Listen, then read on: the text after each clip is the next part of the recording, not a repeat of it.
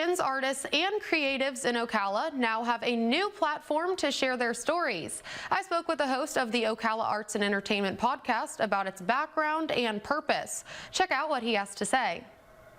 Creatives that exist and live in Ocala can share information, and that networking can build into a sound community.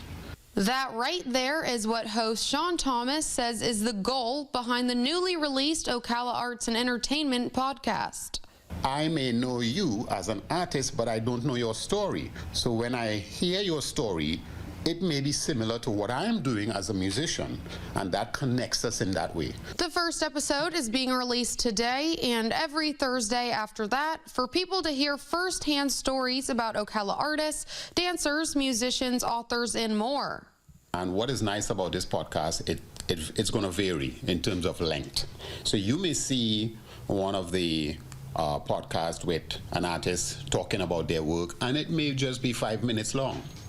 You may see another person talking about their work, but it may be 25 minutes long or to an hour. The podcast is released on YouTube and podcast hosting platform Buzzsprout and recorded at the Corkscrew Winery. It really gives people something extra to do. You know, where the musicians are, they see them on the podcast, and then they can see their talent, and then they can go to their gigs and kind of see how they are. And especially the artists as well. We have the first art walk every first Friday of the month, so a lot of the artists people can kind of see like what they're doing with their stuff as well. And you can't forget about the entertainment portion. Each week, Thomas will highlight events going on around Ocala at places like the Marion Cultural Alliance, the Riley Arts Center, and more.